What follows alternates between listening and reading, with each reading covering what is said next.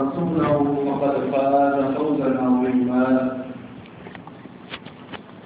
رب اشرح لي صدري ويسر لي امري واحلل عقدة من لساني يفقهوا قولي.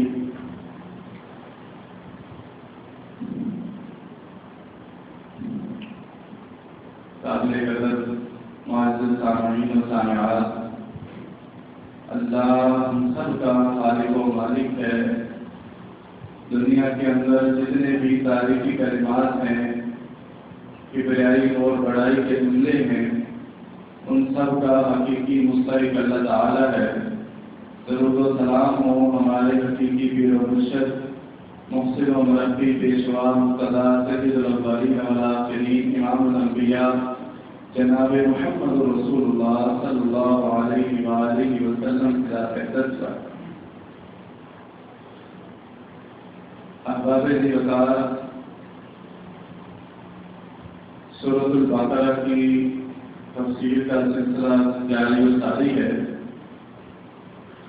گزشتہ سے گزشتہ پچھلی ملاقات اور خطبے کے اندر سورۃ البقرہ کی ان آیات کے اندر جہاں اللہ تعالیٰ نے اپنے توحید کا اعلان کیا ہے اور بندوں کو اس کی طرف دعوت دی ہے، اس پر بات چل رہی تھی کہ اللہ کا فرمان ہے: اعوذ باللہ من الشیطان الرجیم، یا ایھا الناس اعبدوا ربکم الذی خلقکم والذین من قبلکم لعلکم تتقون. اے تمام جہان کے لوگوں، اس رب کی عبادت کرو جس نے تمہیں پیدا کیا ہے اور تم سے جو پہلے تھے ان کو پیدا کیا. لعلکم تتقون، اور یہی تمہارے بچنے کا واحد رستہ ہے. الذي جعل لكم الأرض فراشا والسماء بناء وأنزل لكم من السماء ماء فأخرج به من الثمرات رزقا لكم. اور وہ اللہ جس کی تم نے عبادت کرنی ہے وہ ایسی ذات ہے جس نے تمہارے لیے زمین کو بچھونا، آسمان کو محفوظ چھت بنایا، تمہارے لیے آسمان سے پانی برساتا ہے اور یہ زمین وہ پانی اپنے اندر جذب کر کے تمہارے لیے رزق کو نکالتی ہے. یہ ساری چیزیں اللہ نے بیان کرنے کے بعد، یعنی کہ میں نے تمہیں پیدا کیا، میری عبادت کرو، تم سے پہلوں کو بھی میں نے پیدا کیا، اور اس کے بعد فرمایا کہ میں نے زمین کو بنایا تمہارے لیے بچھونا، آسمان کو محفوظ چھت، بارش برستی ہے میرے حکم سے، اور رزق تمہیں ملتا ہے مٹی سے میرے حکم پر. یہ ساری چیزیں بتا کر اللہ تعالیٰ کہہ رہے ہیں: فَلَا تَجْعَلُوا لِلَّهِ أَندَادًا وَأَنْتُمْ تَعْلَمُونَ. اب تم نے جہاں پر میری عبادت کرنی ہے، ایک کام تو یہ کرنا ہے اور دوسرا یہ کرنا ہے کہ میرے ساتھ کسی کو شریک نہیں ٹھہرانا. فَلَا، بس نہ، تَجْعَلُوا، تم بناؤ، لِلَّهِ، اللہ کے ساتھ، اللہ کے لیے، أَندَادًا، کوئی شریک، وَأَنْتُمْ تَعْلَمُونَ، اور یہ تم بھی جانتے ہو کہ اللہ تعالیٰ وحدہ لا شریک ہے، کہ اس کی ذات کے ساتھ کسی کو شریک نہیں ٹھہرایا جا سکتا. یاد رکھیں، توحید اس کی سادہ سی تعریف ہے، اور یہ ہر مسلم، ہر ذہنی روح کو اس کا علم ہونا چاہیے. وہ اس کی تبلیغ پر قدرت رکھتا ہو، کہ اسے پتہ ہو کہ جس توحید پر میں نے زندگی گزارنی ہے اس کا مطلب کیا ہے.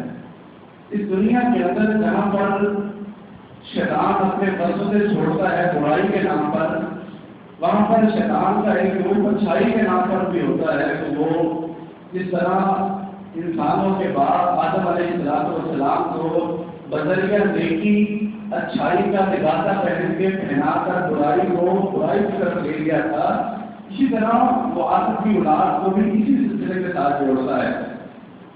تو یہ کہتے ہیں اللہ تعالیٰ کی ذات، یعنی کہ جو اللہ اپنی ذات اور اللہ کی صفات، اللہ کے جتنے بھی نام ہیں نا، اللہ کے علاوہ اللہ کا ذاتی نام اللہ ہے، اور اس کے علاوہ جو باقی صفاتی نام ہیں اللہ کے، جو الرحمن ہے، الرحیم ہے، المالک ہے، القدوس ہے، العزیز ہے، الحکیم ہے، الجبار ہے، الغفار ہے، القہار ہے، المالک ہے، الخالق ہے، الرزاق ہے، جتنے بھی اللہ کے نام ہیں جو ہمیں معلوم ہیں، یہ ساری صفات اللہ کی صفات ہیں. پھر اللہ کی قدرت ہے، پھر اللہ کا حکم ہے، پھر اللہ کا ارادہ ہے، یہ ساری چیزوں میں اللہ تعالیٰ وحدہ لا شریک ہے، یہ توحید کا مطلب ہے۔ اگر اللہ تعالیٰ الرحمن ہے تو رحمان کی صفت کے اندر ہم کسی کو اللہ جیسا رحمان مانیں گے تو ہم شرک کریں گے، یہ شرک ہوتا ہے۔ یعنی کہ ان چار چیزوں کے اندر اگر مخلوق میں سے کسی کو شامل کریں گے تو یہ شرک ہے، یہی توحید ہے، اور اس میں خیانت کرنا شرک کہلاتا ہے۔ لوگ اکثر و بیشتر یہ سمجھتے ہیں کہ شاید بتوں کو بھی پوجنا، بتوں کو سامنے کھڑا کر کے پتھروں کی عبادت کرنا، ان کے سامنے سجدہ ریز ہونا، ان کے سامنے نمازیں پڑھنا ہی شرک ہوتا ہے۔ حالانکہ اللہ تعالیٰ کی جو صفات ہیں یہ اپنے آپ کے اندر ایک مستقل اللہ تعالیٰ کی توحید کا رکن ہے کہ یہ توحید اسماء و صفات ہیں۔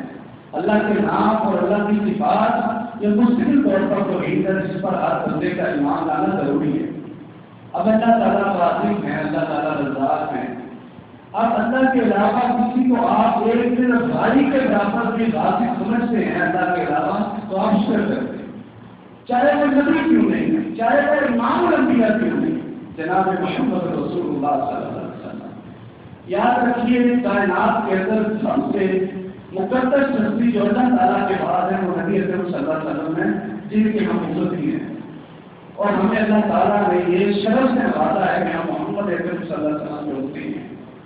اگر کائنات میں اللہ کے علاوہ اللہ نے کسی کو اپنی ذات کے اندر، اپنی صفات کے اندر، اپنی قدرت کے اندر، اپنے ارادے کے اندر، اپنے حکم کے اندر، اپنے قبضے کے اندر، اپنے اس نظام کے اندر کسی کو شریک کرانا ہوتا تو وہ سب سے اول جناب محمد رسول اللہ صلی اللہ علیہ وسلم۔ لیکن آپ کی زندگی، آپ جب سے پیدا ہوئے ہیں اور وہ پہلا پارٹ، پہلا حصہ آپ کی زندگی کا دورے نبوت تک جب آپ 40 سال کے تھے وہ حصہ، اور اس کے بعد 40 سال سے لے کر جب آپ 63 سال میں ہو کر اللہ کے پاس چلیں گے، یہ 23 سال والا دوسرا حصہ جو آپ نبی بن کے گزارا، ان دونوں میں دیکھیے آپ نے اپنی زندگی کے اندر توحید کی کمال کی بات اپنے اندر لائی۔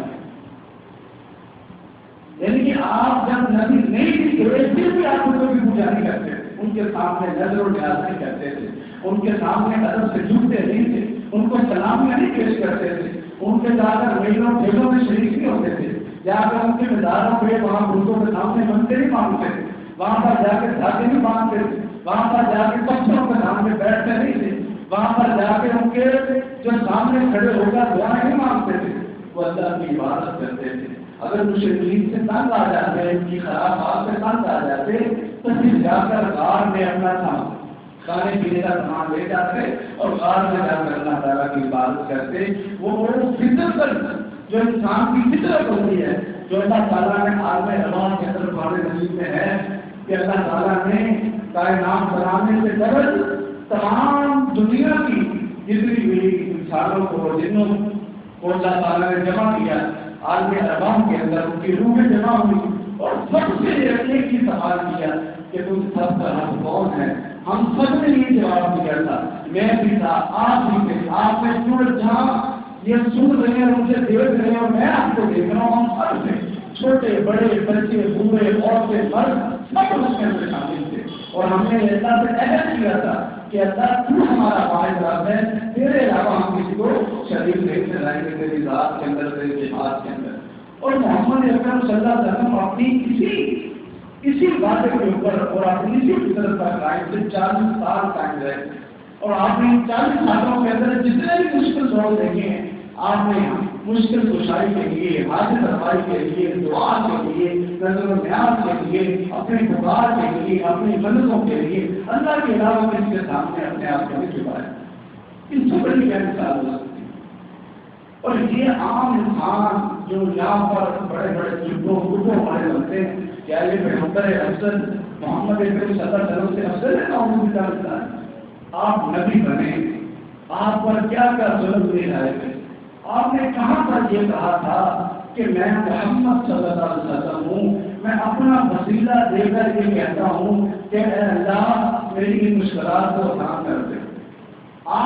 سیدنا علی المرتضیٰ مکہ سے آپ کے ساتھ ہیں، روز اول سے آپ کے ساتھ ہیں، آپ کا باپ کافر تھا، آپ کے بھائی اس وقت کافر تھے، آپ کا خاندان آپ پر ظلم ڈھانے والا تھا۔ کہاں پر علی المرتضیٰ رضی اللہ نے کہا کہ میں علی ہوں، میں مشکل کشا ہوں، میں رب کے برابر ہوں، میں خود ہی ان مشکلوں کو ڈال دوں گا، میرے اوپر مشکلیں کیسے آ سکتی ہیں؟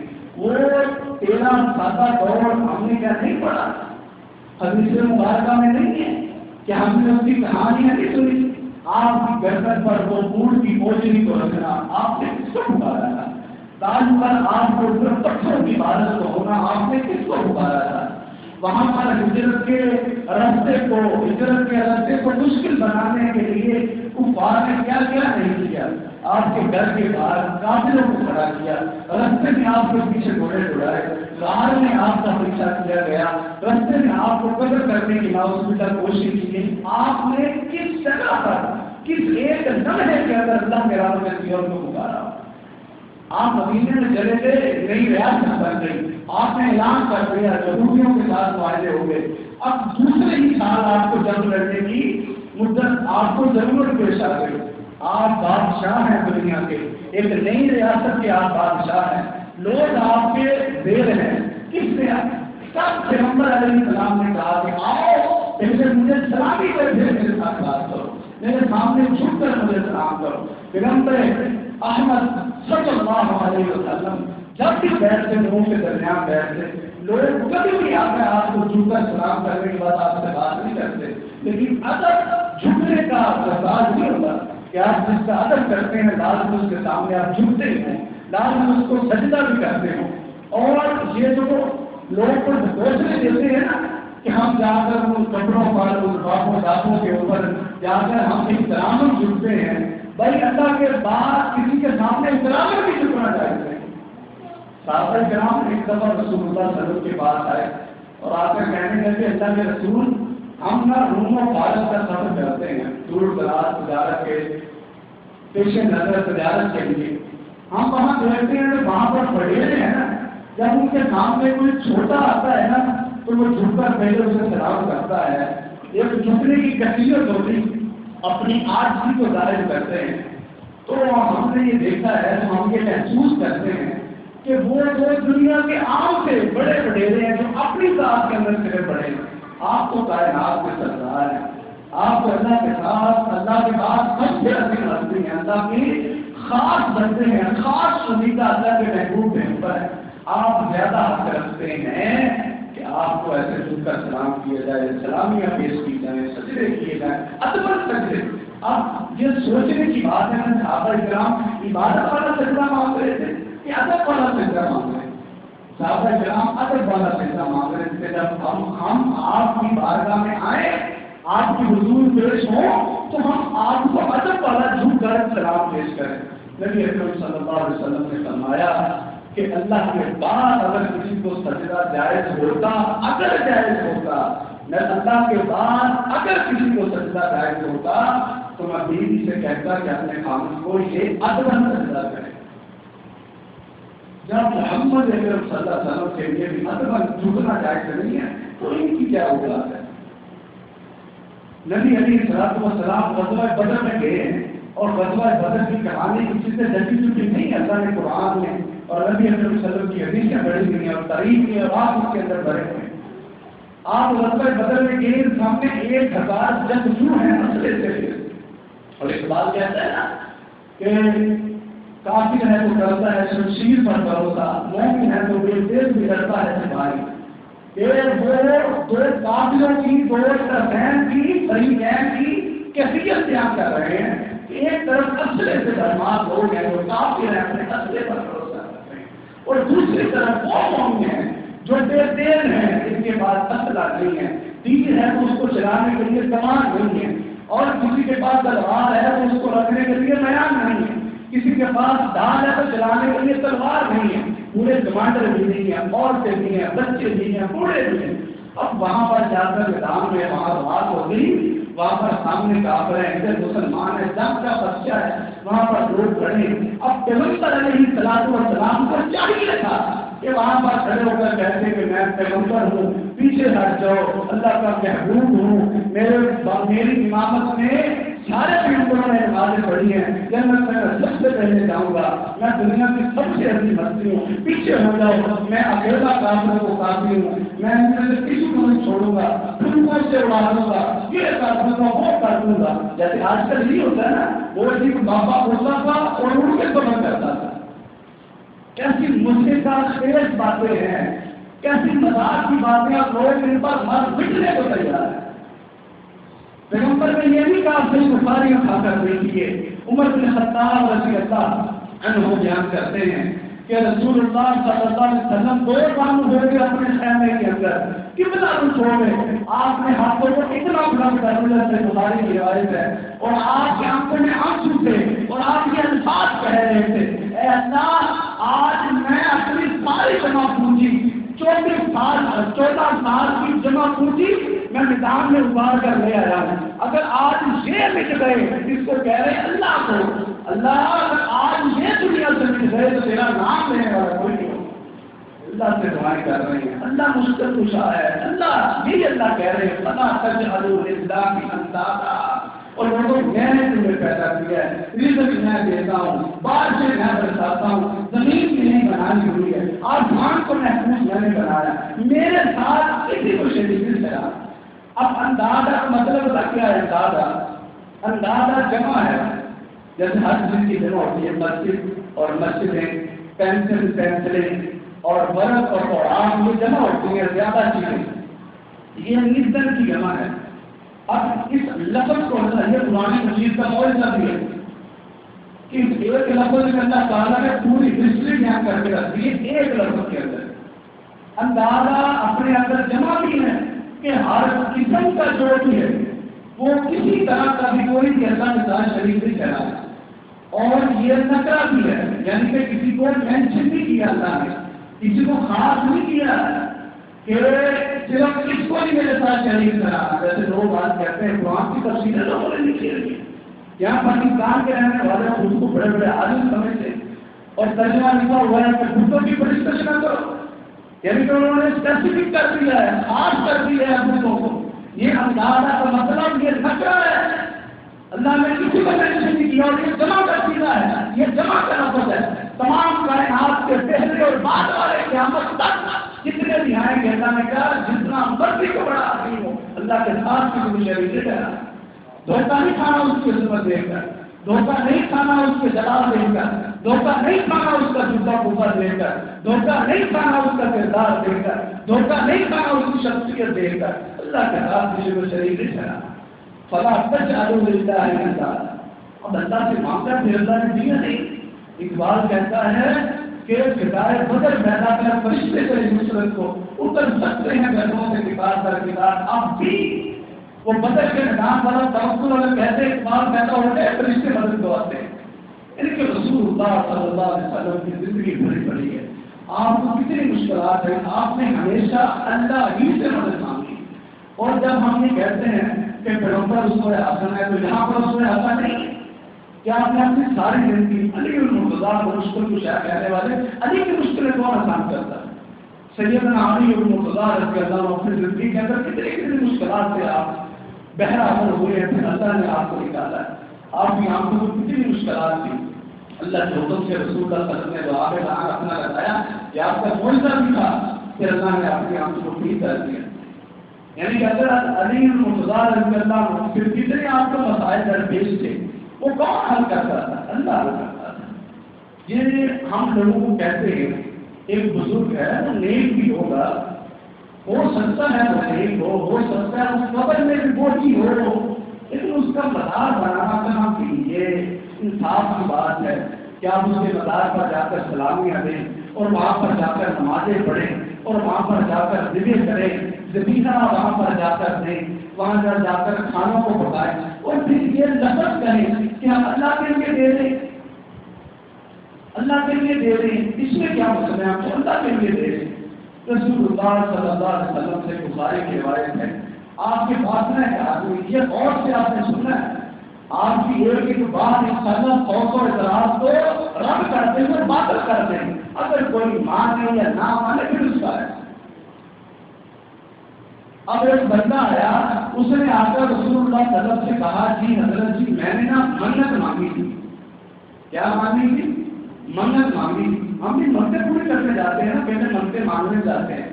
کوئی دامن باندھتا ہے کام کو، کوئی دھاگے باندھتا ہے، کوئی ڈوریاں باندھتا ہے، کوئی بڑے باندھتا ہے پہنتا ہے، کوئی چھلے پہنتا ہے، کوئی کیا کرتا ہے، کوئی کیا کرتا ہے.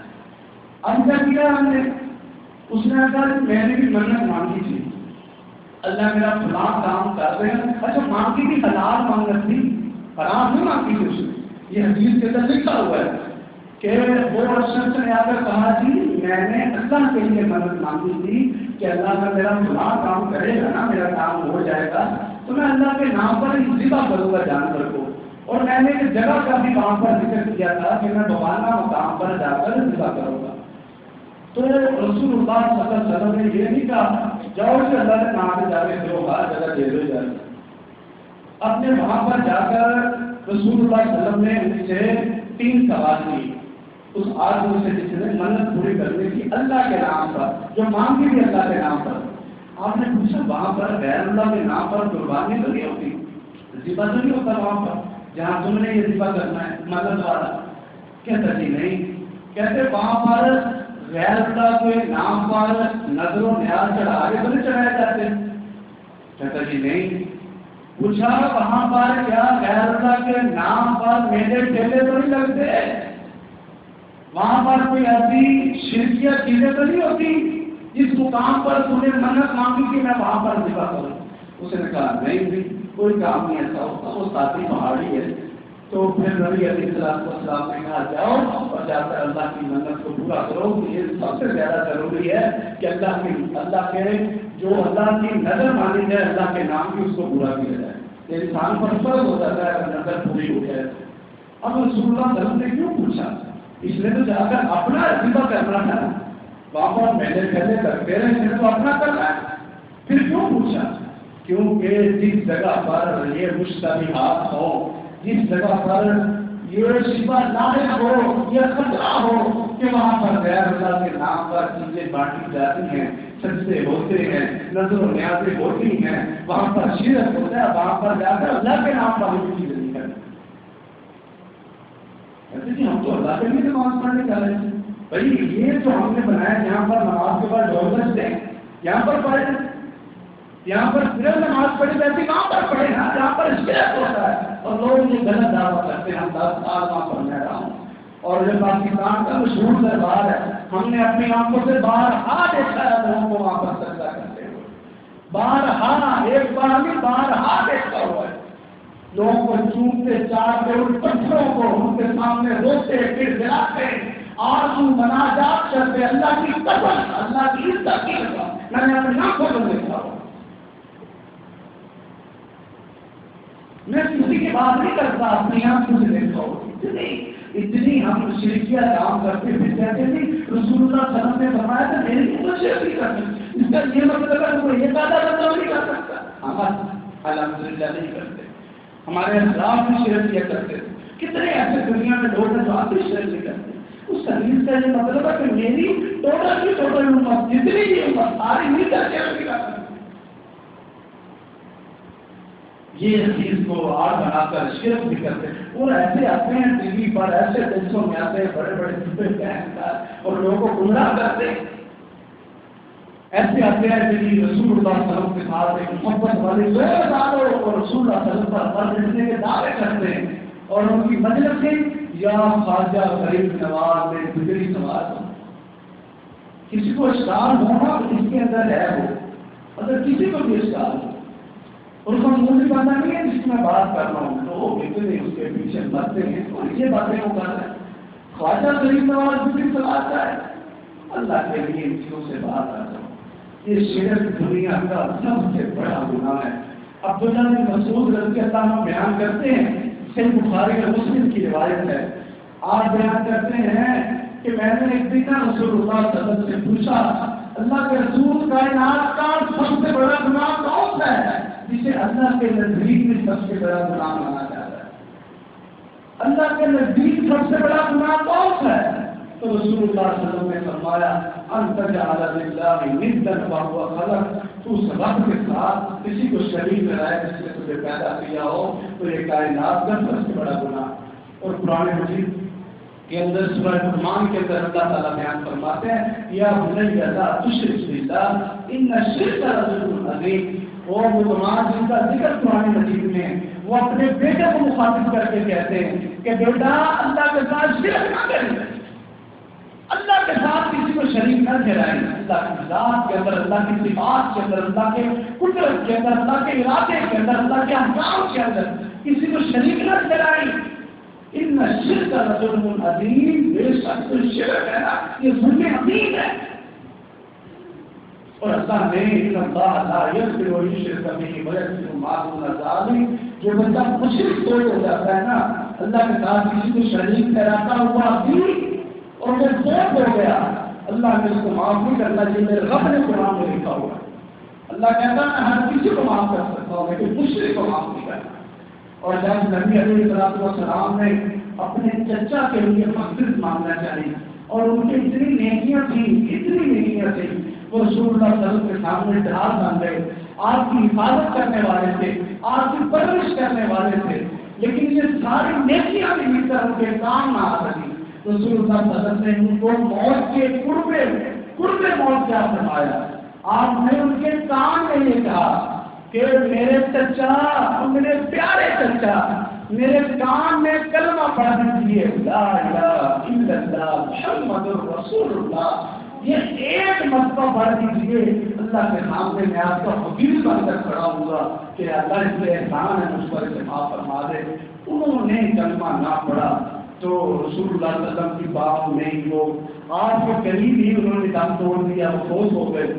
پھر انہوں نے رسول اللہ صلی اللہ علیہ وسلم نے ان کے لیے مغفرت مانگنا شروع کر دی کہ اللہ میرے چچا، ہم بھی کیسے کرتے ہیں یا اللہ اس کو معاف کر دے، یا اللہ اس کے گناہوں کو معاف کر دے، اس کو جنت دے دے۔ اللہ نے جبریل کو بھیجا کہ جاؤ میرا اعلان سناؤ جا کر نبی کو، نبی پوری کائنات کو سنائے ما کان للنبی ان یستغفر للمشرکین، اے پیغمبر رک جائیے، کسی پیغمبر کو یہ شیطان نہیں دیتا کہ مشرک کے لیے دعا مانگے۔ پیغمبر کی بھی دعا نہیں مانگی اللہ نے قبول نہیں کرنی، اللہ نے معاف نہیں کرنا۔ پھر ابن عباس رضی اللہ عنہ نے پوچھا، وہ بھی آپ کے چھوٹے چچا ہیں، پوچھا نبی علیہ السلام سے کہ اللہ کے نبی ابو طالب نے آپ کے لیے کتنے نیکیاں کی، آپ ان کے کیا کام آئے؟ تو رسول اللہ صلی اللہ علیہ وسلم نے فرمایا میری وجہ سے اللہ تعالیٰ انہیں سب سے کم عذاب دیں گے کہ انہیں جہنم کے اندر ہی کھڑا کر کے جوتا پہنایا جائے گا جس سے ان کا دماغ نڈیا کی طرح اترے گا۔ دنیا کی ساری نیکیاں اللہ کی توحید کی اگر آپ مخالف پا رہے ہیں تو کوئی نیکی کام نہیں ہے۔ جتنی بھی نیکیاں ہم پتھروں سے کیا ہم توقع رکھتے ہیں کہ پتھروں سے جو انسان سے بھی کمتر ہے، انسان اس سے کیا توقع رکھتا ہے؟ انسان توقع رکھتا ہے کہ یہ مجھے آباد سے جائے گا۔ آج جسے بھی دیکھ لو یہ درباروں مداروں کے باہر بیٹھے ہوتے ہیں، وہ یہ پتھر وہ یہ ٹھنڈک دیتا ہے، یہ پتھر وہ یہ مصیبتوں سے بچا دیتا ہے، یہ پتھر پہنوں کے تو لال ہو جائے، یہ پتھر پہنوں کے کاروبار میں کو برکت آ جائے۔ یہ پتھروں کا نام عقیدہ رکھتے ہیں اور پتھروں کے خالق جو ہمارا بھی خالق ہے جس نے یہ وعدہ کیا ہوا ہے وَمَا مِن دَابَّةٍ فِي الْأَرْضِ إِلَّا عَلَى اللَّهِ رِزْقُهَا، بندے دنیا میں آ کر گھبرانا نہیں ہے، تو اپنا کام کر، میں خالق ہوں، میں رازق ہوں، میں اپنا کام کروں گا، تو میری عبادت کا رزق دینا میرا کام ہے۔ جب اللہ نے وعدہ کر دیا ہے پھر کیا ضرورت ہے کہ اللہ کے رازق اور اس کی ذات کے ساتھ ہم پتھروں کو جوڑ لیں اور پھر ہم سے کہتے رہیں کہ ہم کون سا مشرک ہیں، ہم کون سا جہنم میں جانے والے ہیں، ہم نے کون سا گناہ کیا ہے، ہم سے کون سے پوچھ ہوگی۔ یہ تو ایسے ہی ہمارے مخالف ہیں، یہ تو ایسے ہی ہمیں جو زجر و توفیق کرتے رہتے ہیں، یہ اللہ کا فرمان ہے۔ ہم کسی کو کہیں کہ یہ داتا ہے، کسی کو کہیں کہ یہ داتا ہے، اور میں اسے پوچھوں کہ یار یہ داتا کہنا صحیح ہے، اور جی آپ ظاہری معنوں میں چلے جاتے ہیں، ہم کون سا اس نیت کے ساتھ، یہ اس نیت کی سمجھ نہیں آتی۔ میں آپ کو کوئی بندہ کسی دوسرے کو گالی نکالتے اور وہ جب مارنے کو تھوڑے تو رکو، میں اندروں کیا میرے اتوں کو نہ دیکھو، اندر اندر بڑی عزت کرتا، پھر اس کے بعد گالی دیتے، پھر کہتے نہیں غصہ نہیں کرنا، اندر میں آپ کی عزت کرتا ہوں، دل سے آپ کی عزت، میرے تاریخ الفاظ پر مت جاؤ، تو سامنے والا کیا کرے گا؟ تیری غلطی کی طرف تاریخ الفاظ پر تم نے گالی نہیں ڈالی اور میں نے دل سے تمہاری عزت کرتا، داتا میرا رب ہے، پالنے والا میرا رب ہے۔ ایک مخلوق جو حقیر مخلوق ہے اللہ کے سامنے کسی اوقات کی بھی حامل نہیں، ہم بھی اللہ کے سامنے کسی اوقات کے حامل نہیں ہیں۔ اللہ تعالیٰ قرآن مجید میں فرماتا ہے یا ایھا الناس انتم الفقراء الی اللہ، اے کائنات کے لوگوں، کسی کافر ہونے کا، کسی یہودی عیسائی کا مینشن نہیں کیا، کسی سکھ اور بدھ مت کو مینشن نہیں کیا، کسی ہندو کو خاص نہیں کیا، کسی مومن اور عام مسلم کو وہاں پر خاص نہیں کیا، تمام انسانیت کو اللہ ثابت کر کے کہہ رہے ہیں یا ایھا الناس انتم الفقراء الی اللہ، جتنے بھی لوگوں اب اللہ کے فقیر ہو، جب سبھی اللہ کے فقیر ہے تو پھر اونچا مل کے ساتھ مل کر مانگو گے نا اللہ سے، اپنا اپنا مانگے نا اللہ سے۔ اللہ نے تو کہا ہے، اللہ نے تو کہا ہے تو مجھ سے مانگو، اور اللہ نے یہ بھی کہا ہے کہ جو مجھ سے میرے علاوہ کسی سے مانگتے وہ کون ہے؟ ومن اضل ممن يدعو من دون الله، اللہ نے کہا اس سے بڑا گمراہ کون ہو سکتا ہے جو اللہ کے علاوہ کسی دوسرے کو پکارے اور ایسے کو پکارے اور قیامت تک اس کی پکار کا جواب نہیں دے سکتا، دے سکتے قیامت تک اس کی پکار کا جواب نہیں دے سکتے۔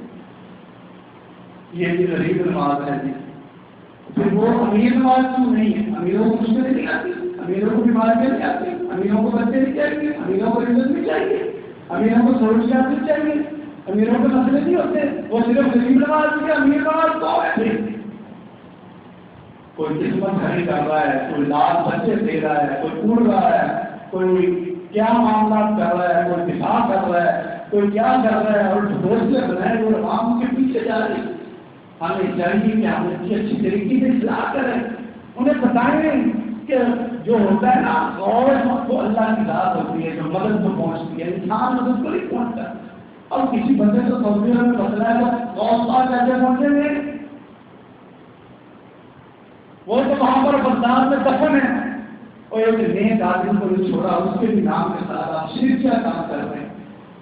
ایک عالم آدمی کو نہیں چھوڑا، اس کے نام کے ساتھ آپ شرک کو جوڑ کر اللہ کے عدالت میں لے آئیں گے، پھر جب وہ آپ کے خلاف گواہی دے گا سورج کو اٹھا کے دیجیے۔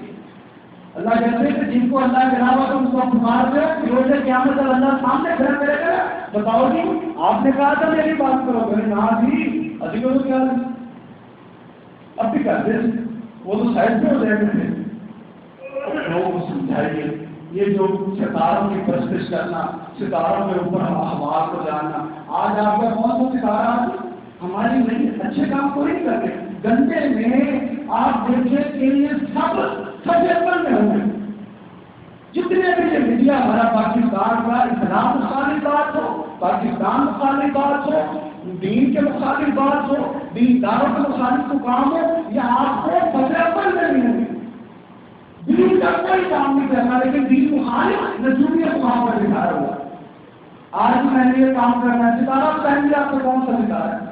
یہ ستارے ہاتھ بتائیں گے، یہ ستارے ہاتھ بتائیں گے جنہیں اللہ تعالیٰ شیطانوں کو مارنے کے لیے استعمال کرتا ہے۔ سورج یہ ملک اٹھا کر دیکھیے، ستارے جو دور کر نظر آتے ہیں یہ کن کو جا کر سکتے ہیں، انگارہ بن کر کن کو بدو کرتے ہیں؟ یہ ہمارے جو ہم بڑی اچھی سی گاڑی ہوئی ہے اور اس کے ساتھ ایک کالی ٹاکی باندھ دیں گے اور اس کے پیچھے جوتا باندھ دیں گے، مکان نیا بنایا، نیا گھر بنایا، اس کے ساتھ چھوٹا سا گدا سا جوتا باندھ دیں گے، اور یہ کیوں کیا نظر نہیں لگتی؟ جس کائنات کے رب نے مکان اور گاڑی میں سہولیات دی ہے وہ آپ کی حفاظت نہیں کر سکتا، حفاظت کے لیے آپ کو گندا جوتا چاہیے، پھر آپ کو زیادہ قیمتی ہیں، آپ کو اس سے بھی گندا جوتا پہنیں، آپ اپنے مکان سے زیادہ قیمتی تو نہیں، اور آپ کا مکان آپ سے زیادہ قیمتی تو نہیں، آپ کی گاڑی آپ سے زیادہ قیمتی تو نہیں، پھر اپنے بھی طرح کے جوتا پہن لیجیے نا، آپ کو نظر بد سے بچائے گا۔ پھر اللہ کے نام ابھی یہ دیکھو ایک بندہ ہے وہ زندہ ہے، اب اس کو خود مرض ہے، بہت بڑا پاکستان ہے، وہ ہے بڑے اس کے مرید ہیں، اس کو دل کا مسئلہ ہے اور وہ بہت ہی چھوٹے چھوٹے عرصے بعد وہ دل کا علاج کرواتا ہے، بڑا مشہور بندہ ہے۔ اب وہ مر جائے گا نا تو پھر اس کے پاس بھی بجلی مرد دے کر اس کے بعد دوائیاں نہیں دیں گے. پچھلے دنوں میں ایک پیر کو اپنے ہی اس کے درگاہ کے اندر بنایا گیا. آج لوگ چاہتے ہیں پر سجدے کرتے ہیں، پھر کہتے ہیں نہیں جی آج کو نظر غلط ہے، ہم تو اکبر سجدہ کر رہے ہیں. جب لوگ زندہ ہوتے ہیں ان کی خود اپنے پاؤں میں دردیں ہوتی ہیں، وہ خود ہیپاٹائٹس اور شوگر کے مریض ہوتے ہیں، بزرگ لوگ ہوتے ہیں، ان کو نظر آنا بند ہو جاتا ہے، لیکن وہ لوگوں کو شکایت بات رہے ہوتے ہیں. یہ کس طرح کی عقل ہے، یہ کس طرح کا شعور ہے جو اللہ کی بنائی ہوئی مخلوق کو اس کے مخالف کر دیتا ہے. اللہ کے لیے ہمیں اس چیز کو سمجھنا چاہیے اور معاشرے میں اس کو بدلانا چاہیے. ہم سب کا فرض ہے انہیں بدلائیں کہ یار یہ کس طرح کرنی ہے. اگر ہم اللہ نے ہم پر قرآن اتارا ہے وَنُنَزِّلُ مِنَ الْقُرْآنِ مَا هُوَ شِفَاءٌ وَرَحْمَةٌ لِّلْمُؤْمِنِينَ. اللہ کہتا ہے میں قرآن کو اتارا ہے ہمارے لیے رحمت ہے، شفا ہے. ہم پتہ نہیں وہ عجیب طرح کے وہ ایسے لائنیں اور ان سے اس کے اندر ڈال کر وہ طویل آپ کو دے رہے ہیں. جی بچہ ڈرتا ہے جی بازو پر باندھ ہو جی، وہ کوئی دورے پڑتے ہیں جی اس کے گلے میں باندھ ہو جی. مثلاً ایک مثال پھر آپ ڈاکٹر کے پاس دوائی لینے جاتے ہیں تو ڈاکٹر دیتا ہے کہ یہ آپ نے دوائی صبح شام دوپہر کھانی. آپ کہتے ہیں یار کھائے گا کون اتنی مصیبت کرے، پڑھو جی کو اللہ مان لو ساری دوائی شفا آ جائے گی، آرام آ جائے گا. میرا سر درد کر رہا ہے، مجھے شدید ضرورت ہے میڈیسن کی، اب میں کھانے کے بجائے وہ گولی لوں اس کو توڑ کر ایک دھاگے کے ساتھ اپنے ماتھے پر باندھ لوں، پھر میں کہتا ہوں کون کوئی فکر نہیں، کون کوئی فکر کرتے. ایسا نہیں ہوگا، کھانی پڑے گی، کھانی پڑے گی. یہ قرآن جو ہے نا، یہ قرآن اگر آپ اس کو پڑھیں گے، اس پر عمل نہیں کریں گے، اس کی تلاوت نہیں کریں گے، اس کو اس کے مطابق زندگی نہیں گزاریں گے تو آپ یہ قرآن تجویز چھوڑ کے پورا قرآن گلے میں باندھ کے، قرآن چھوڑ کے پورا موضوع بابا گلے میں باندھ کے پھر نہیں چلاتے ہو. اب شہد شفا ہے، اللہ تعالیٰ نے کہا ہے کہ یہ شہد شفا ہے. اب شہد کو آپ کھائیں گے تو شفا ملے گی. اس کو کھانے کے بجائے گلے میں باندھ 1 کلو شہد اور 6 مہینے کے بعد یہ باندھا رہے تو کہیں کہ ہمیں اللہ تعالیٰ اس سے شفا دے دے. ان بدعقیدیوں کو چھوڑیں اور لوگوں کو اس کی طرف دعوت دیں کہ یہ بدعقیدیاں ہیں، یہ اللہ کی رحمت کے آڑے آئی ہوئی ہیں. اللہ کی رحمت جب ہم اللہ کے ساتھ مخلص رہی، اللہ تعالیٰ ہمیں کس طرح اپنے رحمت سے نوازیں گے. سلسلہ حدیث صحیح اندر امام بخاری رحمہ اللہ کی روایت لے کے آئے ہیں اور جو وہ رسول اللہ صلی اللہ علیہ وسلم فرماتے ہیں اگر کسی بندے نے یہ دیکھنا ہو کہ اللہ مجھ سے کتنی محبت کرتا ہے تو وہ یہ اندازہ کر لے کہ مجھے اللہ سے کتنی محبت ہے. اگر ہم اللہ کی محبت میں نماز نہیں پڑھ سکتے تو عید پر نہیں اپنا سکتے، اللہ کے ساتھ کسی کو شریک لاتے ہیں، نفع نقصان کا مالک کسی کو سمجھتے ہیں، عبادات کسی کے سامنے کرتے ہیں، نظر و نیاز مناجات کسی کے سامنے رکھتے ہیں. اللہ کی صفات میں یہ غیر اللہ کی صفت ہے. اگر نبی کو بھی شامل کریں گے پھر بھی شرک ہے، محمد اکرم صلی اللہ علیہ وسلم کو شامل کریں گے پھر بھی شرک ہے. یہ نہیں ہے محمد اکرم صلی اللہ علیہ وسلم افضل رکھتی ہیں تو وہ اللہ کے نبی کائنات میں سب سے افضل ہے. ہم مانتے ہیں کہ ہماری زندگی کا حصہ ہے، ہماری جان کا حصہ ہے. آپ پیغمبروں میں سب سے اعلیٰ ہیں، ہم مانتے ہیں. جنت میں آپ سب سے پہلے جائیں گے، ہم مانتے ہیں. روز قیامت اللہ آپ کو موت دے گا جس کا ایک قطرہ پینے سے نہ کبھی موت آئے گی نہ کبھی پیاس آئے گی، ہم مانتے ہیں. روز قیامت حمد کے جھنڈے کے تلے تمام انبیاء رسول جمع ہوں گے، ہم مانتے ہیں. روز قیامت شخص واحد کو شفاعت کبریٰ کا حاصل ہوگا، وہ محمد اکرم صلی اللہ علیہ وسلم ہے. ہم مانتے ہیں اللہ تعالیٰ نے آپ کو دنیا کے اندر بہت سے موقع دیے ہیں جس سے آپ کی نبوت ثابت ہوتی ہے، آپ کی عظمت ثابت ہوتی ہے. ہم مانتے ہیں لیکن ان ساری چیزوں کے باوجود بھی آپ مخلوق ہی ہیں، اللہ خالق ہے. آپ خالق کے ساتھ نہیں مل سکتے، آپ نبی علیہ السلام کو خالق کے ساتھ نہیں ملا سکتے. آپ ان کی کوئی بھی ایسی خصوصیت کو بڑھا نہیں سکتے جسے اللہ تعالیٰ نے نہ بڑھایا ہو.